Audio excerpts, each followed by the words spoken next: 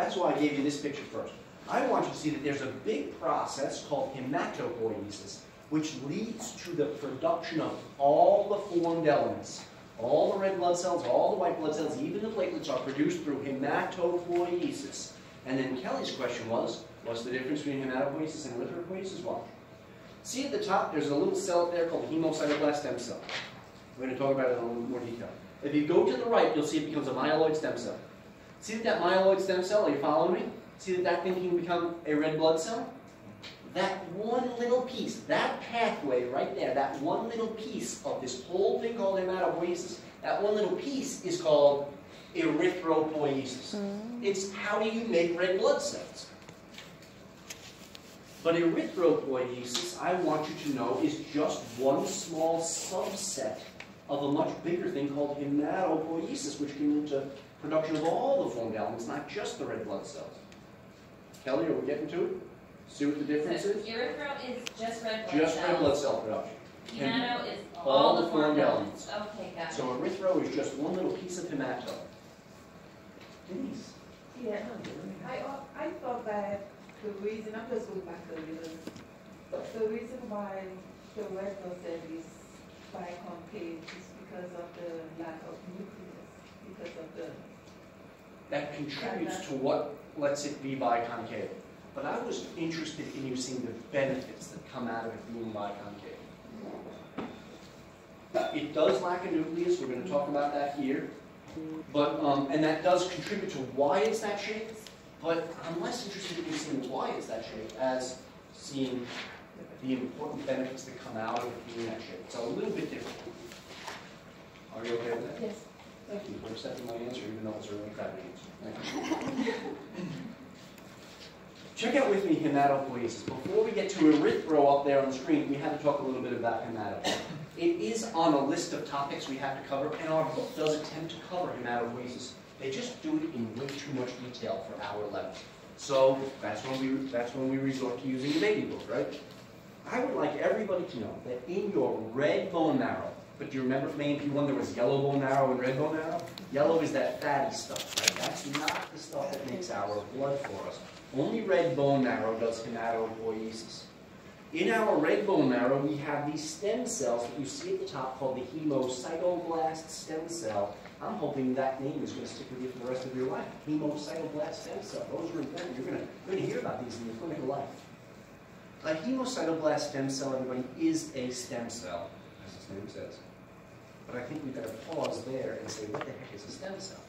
A stem cell is any cell that possesses the ability to progress down more than one possible developmental pathway so that it has the potential to become different types of cells. That's what a stem cell is. We sometimes say that a stem cell has multiple potential outcomes, or they just put it all together in one word and say that a stem cell is a pluripotential cell. See the pluri in the beginning, meaning not singular but plural? It has many potentials. That's what a stem cell is. We all have these. As we age, we always have less and less and less of them. If you've heard of stem cells before in some sort of everyday layperson's context, it was probably about the fact that they're sort of controversial because scientists are always trying to get their hands on early stem cells so that they can learn the pathways, the triggers that we need to cause them to go down different developmental pathways so that they might be able to grow somebody a new kidney or grow somebody a new ear, let's say. And so the scientists are always looking to get their hands on fetal tissue with our really, really pluripotent stem cells. As we age, we have less and less of these stem cells in our body, but even in a decrepit old adult, there are still stem cells every day in the bone marrow. I don't want you to think that stem cells are only in fetal tissues. They're not. Adults have stem cells too. Adults have lots and lots of hemocytoblast stem cells in their bone marrow every day, even if they're 87 years old. The hemocytoblast can progress down one of two major pathways, either to the left or to the right on our picture. If it goes to the left, if it develops to the left, we're going to call it a lymphoid stem cell. Everybody see that? If we develop it to the right, it's going to become a myeloid stem cell. That second level of cells, lymphoid and myeloid stem cells, they're still stem cells. See, it says it in between them, they're called secondary stem cells. Once the hemocytoblast has committed down one of these two pathways, there's no going back. So it's either going to pursue one pathway or the other, but once we reach the secondary stem cell level, we've reached a point of no return. Okay, see if it goes to your left. If it goes to your left, then it's a lymphoid stem cell. Is the quality of the photocopy sufficient for you to read that? It is on mine. The lymphoid stem cell can become any one of the lymphocytes. I know that that looks on this picture like that's only one possible developmental pathway that the lymphoid stem cell could follow. But we mentioned 2 weeks ago that there are actually several types of lymphocytes. Remember, there are B1s and T1s. Well, when we get to the immune system, we're going to see that there are several subtypes of B and several subtypes of C. So while that's all shown with just a single arrow down from the lymphoid stem cell, I want you to know, oh, there's lots of different outcomes for that lymphoid stem cell. It can become many different types of lymphocytes, even though it looks like one arrow. Okay. Well, if our hemocytoblast stem cell at the top goes instead to the right and becomes a myeloid stem cell, look at how many potentials that myeloid stem cell has. That can become any one of the other formed elements other than lymphocytes. It can become any of the granulocytes, neutrophils, eosinophils, or basalophils. It can become the monocytes. It can become the platelets or the red blood cells. Look at that myeloid stem cell. There's a lot of chemical triggers that we know that drive the development down certain developmental pathways. We don't have to get into all of that in our class. It's just not on our checklist. We could save a much deeper discussion for hematopoiesis for some class called like Bio 564 instead of Bio 164. This is enough for us. Hematopoiesis. Here's what I want you to refer to. Hemocytoblast, lymphoid stem cell, myeloid stem cell, and see which formed elements of the blood come through which developmental pathway. Now, we have to talk about that one little piece of this story that just leads to the red blood cells, where the hemocytoblast becomes a myeloid stem cell and then becomes a red blood cell. Did somebody have a question? Kelly, go ahead. The myeloids can become any of the granulocytes? Yep. They can become any formed element other than a lymphocyte. And that's what the picture's showing. But now let's talk about that one little pathway. The problem with our baby book version of this story is that it's missing two stages that I would like you to know that, not that there's room for you to do it, but these two stages will be wedged in between the myeloid stem cell and the red blood cells.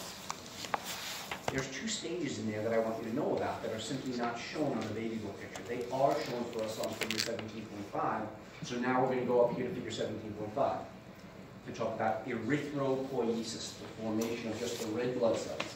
That piece of hematopoiesis that leads to red blood cell production. Now wait, figure 17.5, we're going to use it because it includes these two stages that I want you to see that aren't shown in the baby book picture, but figure 17.5 is not perfect.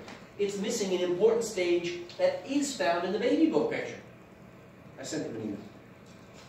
I said you blew it. There's an important stage that we've been talking about here. The hemocytoblast stem cell becomes a myeloid stem cell. I always write it down here, and I'm about to go write it down here. The hemocytoblast stem cell becomes a myeloid stem cell before progressing to the erythrocyte. It says it here. Why they didn't include it up here, I don't know. I sent you several emails. You know, it's the same author, same publisher. Includes it in one place, doesn't include it in another place. The hemocytoblast becomes the myeloid stem cell. But you could get that from the baby book picture. And then, I know it looks like there's a lot of stages here, everybody, but that's a little bit of overkill. We're going to take all of these stages that end in blast, blast, blast, blast. I'm going to combine them into one stage. This is just too much. All of these, I want you to call the erythroblast stage. So a myeloid stem cell has to become an erythroblast. See, I would love it if there was room for you to wedge it in between the myeloid stem cell and the red blood cell. That's going to become an erythroblast there, but there's just not room to it. So maybe if you just make yourself a separate place. The hemocytoblast becomes a myeloid stem cell that then becomes an erythroblast. There's a reason why I insist on you knowing about the erythroblast. We could probably just get away with doing anything simpler, but I want you to know about the erythroblast stage. Here's one. There was a pattern I tried to teach you in A&P 1. I hope your A&P 1 teacher tried to teach you this too. In the connective tissues, wait, time out, backtrack. There are 4 classes of connective tissue. The connective tissues proper included things like dense, irregular adipose tissue. Connective tissues proper. Cartilage was a connective tissue. Bone was a connective tissue. And blood is a connective tissue. Cartilage, bone, blood, and proper, the 4 classes of connective tissue. This is a connective tissue. And I tried to convince you in A&P 1 that in connective tissues, we have young, less mature cells, often very active. They do a lot of work, those cells. We call them blasts. And then the blasts mature eventually into sites. So just from what you knew from A&P 1, I'm hoping you could have even inferred that if there's a cell called an erythrocyte, it probably had a developmental stage called an erythroblast. It does. Of course it does. You could have predicted that from just what you knew from A&P 1. It's a connective tissue, and there's a cell called a site. Remember in A&P 1 we saw cartilage cells? Chondroblasts in cartilage develop into chondrocytes. In bone tissue, osteoblasts develop into osteocytes. In the connective tissues proper, fibroblasts turn into fibrocytes. It's the same maturation process going on here, but we're going to use erythro now. So I feel like you should know that and be reminded of that pattern that blasts are immature versions of sites. So that's why I keep that stage in my version of the story. And then there's one more stage in there called a reticulocyte that I want you to know about. And I guess one of the major reasons why I insist on keeping this in here is because if you'll watch this right here, up here on the screen, there is a very peculiar cellular event that occurs in going from the erythroblast stage to the reticulocyte stage. You won't see this elsewhere. The erythroblast ejects its nucleus and its other organelles. And they only show you the nucleus in the picture. It ejects its nucleus and its other organelles. That does make the cell smaller. Look at how it becomes smaller now. And Denise said earlier, doesn't that contribute to being able to be biconcave? It does, because it doesn't have all the usual components on the inside. So it does allow it to be biconcave and be smaller. But why in the world would the cell eject its nucleus and its other organelles? I mean, this is crazy. This is like cellular suicide. I'm not sure if you know. But the nucleus contains all the DNA, and the DNA is the recipes for making proteins. Proteins wear out after a few weeks, everybody, and we're continually having to make new proteins to replace worn out ones in our cells every day. So once you get rid of the nucleus, you've now given up the recipes for replacing your proteins. What are you going to do when they wear out in a few weeks? This cell's just going to die. As soon as this cell ejects its nucleus into its other organelles, a timer stops ticking. It's like start the stopwatch. And then the cell now has about 100 days to live, 100 to 120 days. Red blood cells don't last long. They last 100 to 120 days. They don't have the ability to repair themselves as their life goes on, like typical cells do, because they've rejected the nucleus that has the recipes and all the other organelles that would normally be found right around the nucleus that are involved in the manufacturing of the cell's proteins. You've heard of these other things, the Golgi apparatus, the endoplasmic reticulum, rough and smooth endoplasmic reticulum, ribosomes. Those things are also all ejected. All the manufacturing organelles gone. Do they become waste? Those things become waste products that have to be eaten up by macrophages. Yes, they do.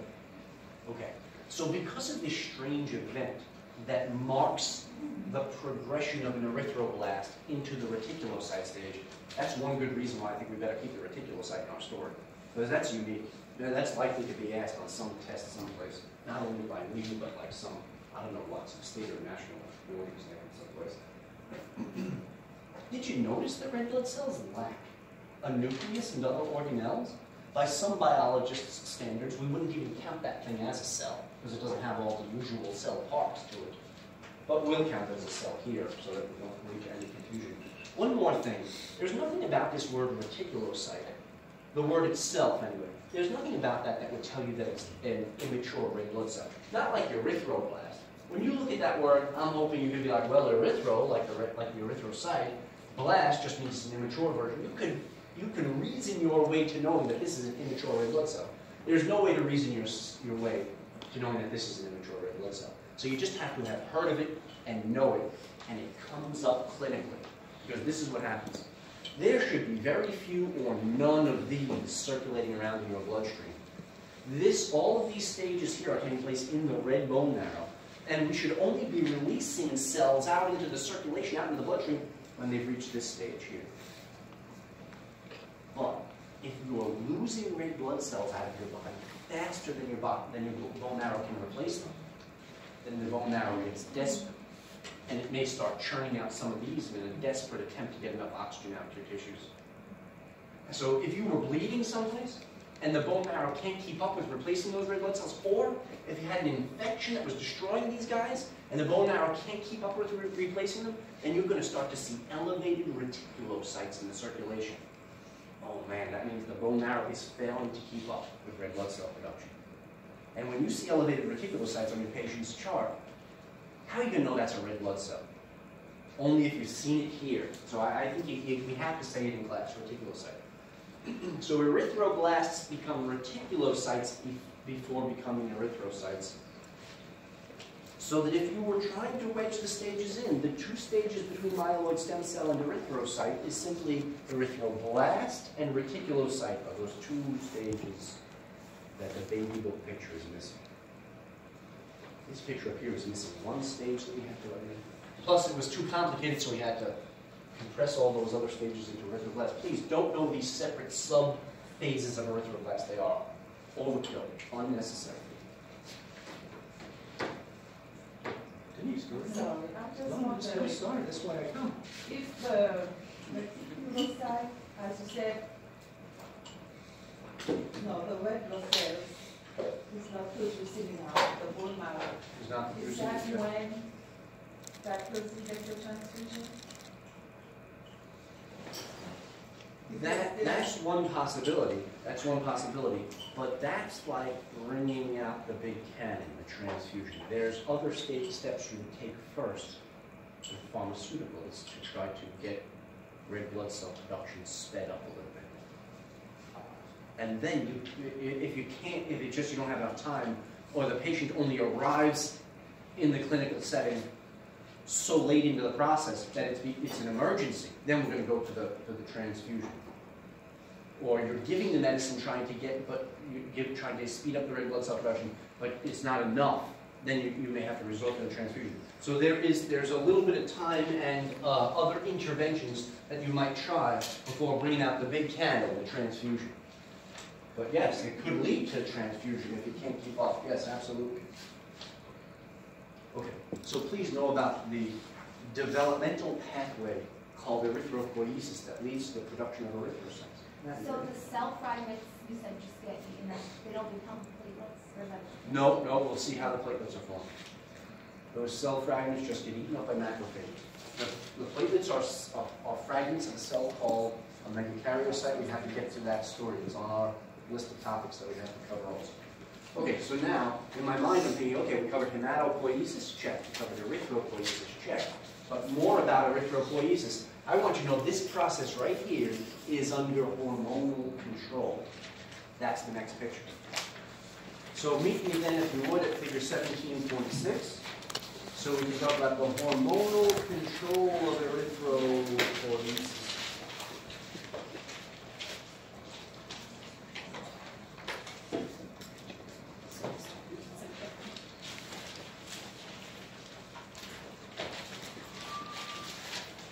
Hey, do you guys all recognize the homeostasis balance beam from A&P 1? Mm-hmm. See it up there? Remember this? In chapter 1, we introduced the negative feedback system. In chapter 6, when we were talking about blood calcium levels and maintaining blood calcium levels, and we saw the balance beam again. It's just a really good way to show homeostasis. And think of homeostatic conditions as being a state of being in balance, and inevitably we slip into a state of imbalance. Well, on this picture here, the condition we're discussing is oxygen levels in the blood. And inevitably, we at different times through the course of a normal day, doesn't require some disease process or an accident or an infection or anything, all of us during the course of a normal day experience this, low oxygen levels in the blood. Now, I want you to know a word for low oxygen levels in the blood. They give us this word, hypoxia, but that is inadequately specific. We need more specificity. I want you to know instead the word hypoxemia, because when you put emia at the end, that means in the blood. So all the parts of this word make good sense. Look, hypo, oh, maybe we're still reviewing for our quiz. I might ask you something about, say, hypotonic. Remember, a solution that flows less strongly than another that it's being compared to? A hypotonic solution has less pulling tension on the water. Okay, so we know hypo means less than, not enough, inadequate, let's say. And then we're talking about oxygen here. So this literally means not enough oxygen and cleaning means in the blood. Our book insists on instead using the word hypoxia, but hypoxia is not telling us that we're talking about in the blood. I always tell them via email that this is not specific enough. We could have hypoxia in this very room. If, say, something went wrong with the HVAC system and the furnace started spewing CO2 into the room or something, we could have low oxygen levels in this room. Hypoxia just means low oxygen, it doesn't tell you where. So their word's not good enough. That's why I want anemia at the end. Because this is the story of detecting and correcting hypoxemia, inadequate oxygen levels in the blood. On the figure, they're trying to offer you with these bullet points here, they're trying to offer you some suggestions about why might you experience this. But I don't want you to think that it requires a pathology or a disease process or a problem. This happens every single day. Now, you could have this happen rapidly, and you could have a lot of it if there was a decreased red blood cell count. Like, again, if you were bleeding somewhere, this is often how we know the patient has some internal bleed going on, where you don't see any blood coming out of them, and I've been bleeding into a body cavity. Sometimes you can know from this. So somebody could be losing red blood cells to bleeding out of the circulatory system, or there could be an infection that's destroying red blood cells. You could also have decreased oxygen in the blood if there's something wrong with the hemoglobin. That happens sometimes, like if there's iron deficiency, you're making hemoglobins, but the iron's not there. So then you're not going to be able to carry enough oxygen in the blood. So that's a possible reason for not enough oxygen in the blood. But also it could be decreased availability of oxygen, like if you have a respiratory tract infection and you can't get enough oxygen into your bloodstream through your lungs. Or if you find yourself suddenly at high elevation, like if we all got on a plane today at about sea level here in the Lehigh Valley, got on a plane and then flew to Denver, Colorado, where we're 5,200 feet in the air with the air is thinner up there in the mile-high city. Then when you get off the plane, there's less oxygen available in the air, and you would experience this. Just trying to breathe normally, you'd experience low oxygen levels in the blood. They're just offering you some suggestions about why might you experience hypoxia. But we all experience this every single day. Now watch. If you have low oxygen levels in the blood, the kidneys detect this. And this is often a surprise to students, because the kidneys are famous for like removing those nitrogenous waste from the bloodstream, helping to form your urine. The kidneys do a lot of other things to maintain your blood pressure, the salt and water balance. Oh, we'll get to it with the urinary system. But this is like way down the list of things. Way down the list of things people think the kidneys do. This is a major function of the kidney that people don't know unless they keep the class. The kidneys detect low oxygen levels in the blood, and in response, they secrete an important hormone called the hormone that promotes more erythropoiesis. Because it's going to cause us to make more red blood cells, which is erythropoiesis, right? This hormone is going to cause more red blood cell production. So the hormone is called erythropoietin. It's a protein, so it ends in IN, and it's the protein molecule that causes erythropoiesis, so its name just makes perfect sense. Erythropoietin, a hormone secreted by the kidneys in response to inadequate oxygen levels in the blood. Everybody okay? It's abbreviated EPO all over patient charts, and it's abbreviated EPO all over the news articles about how the Olympic cyclists abuse drugs, including EPO, or marathon runners. You can use this, you can synthetically make this pretty easily, and you can use it then to give yourself more red blood cells and more oxygen carrying ability in your blood if you want to cheat in an endurance event. You can get your hands on some EPO. Those cyclists usually have it in their refrigerator, or they store it under their bed, or whatever. And you can usually buy it online. They'll probably ship it to you from Australia or something without any medical license. Or we could probably Google it and find it in 5 minutes. So yes, you can acquire EPO, artificially produced, and you could use it to improve your performance in endurance events. But you didn't hear that. Look, erythropoietin, I'm just trying to say you might have heard of it as EPO. Erythropoietin, produced by the kidneys in response to low blood oxygen. Like all good hormones, it leaves the place where it's produced and goes through the bloodstream to get to the place where it's going to have an effect. The blood's going to carry it from the kidneys to the red bone marrow, where the erythropoietin is going to tell the red bone marrow, we need more red blood cells. So the erythropoietin is going to trigger more erythropoiesis. It's going to enhance the process of erythropoiesis in the red bone marrow, leading to more red blood cell production. Okay, what is that going to do? Well, once you've got more red blood cells circulating in the bloodstream, then that's going to increase the oxygen carrying ability of the blood and bring the blood's oxygen levels back up to normal. Does it make good sense? It's a regular negative feedback system. We've seen others before. But there's some key players here that I would want you to include when you try to tell me this on next week's quiz.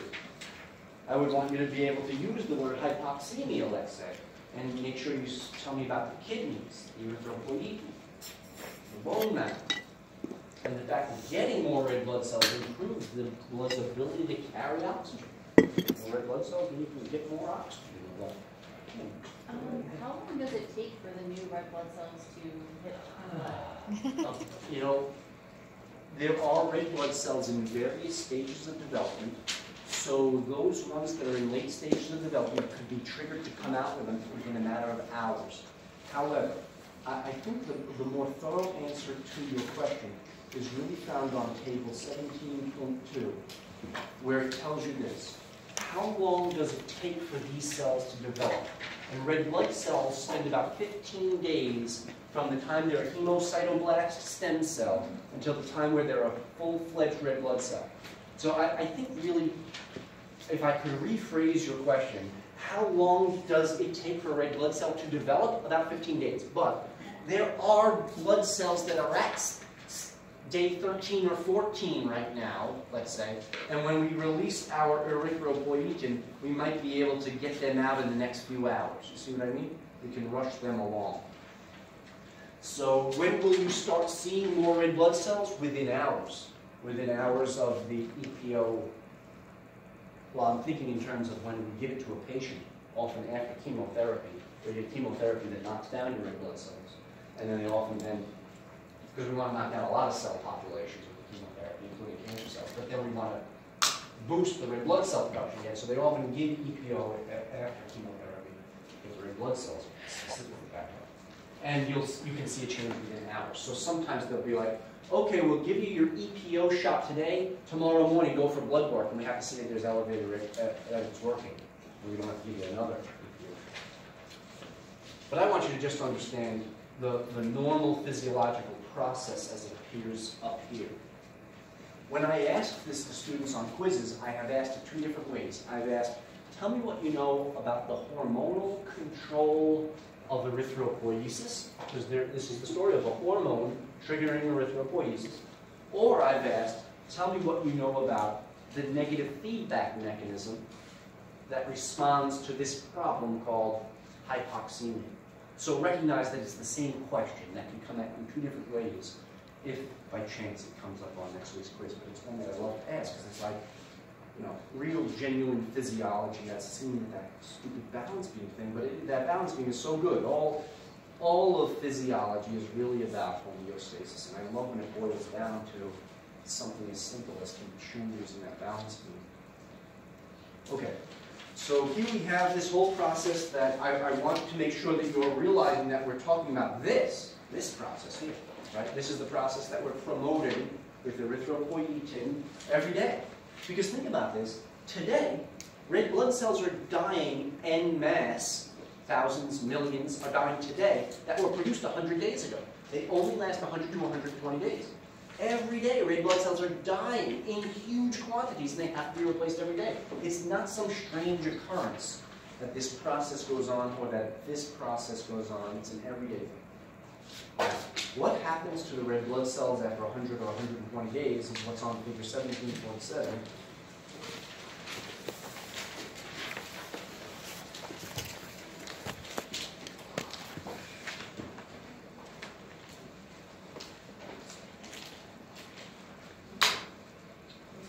What happens to red blood cells after 100? Well, in order to answer that question, I like to use bubble number 5 on figure 17.7. But that seems a little bit rude to do to you, to jump all the way to bubble number 5 on this picture. So let me just point out that bubbles 1 through 4 are not new. They are the story we just told. They are the caption to the previous picture. Look at bubbles 1 through 4 on figure 17.7. This is what we just told. And you can just use these very words to describe what happened on that balance beam picture. If you have low oxygen levels in the blood, although I want you to know a fancy name for that, hypoxemia. If you have low oxygen levels in the blood, that's hypoxemia. The kidneys detect it and produce erythropoietin. Erythropoietin leaves the kidneys, goes into your bloodstream. Erythropoietin acts at your red bone marrow to promote more erythropoiesis. Didn't we just say this whole story? Here it is again. And then that leads to new red blood cells entering your bloodstream. Now they're going to last for about 100 to 120 days. Here it just says 120. But about 100 to 120 days these red blood cells will work for. Wait, what happens after 100 or 120 days? Well, their proteins start wearing out. Their membranes start wearing out. And remember, they have no ability to repair themselves like typical cells do. Because they rejected their nucleus and their other organelles. So now, we get to bubble number 5 on figure 17.7 that says, okay, what happens at the end of 100 to 120 days? Here's what happens. The spleen happens, everybody. The spleen.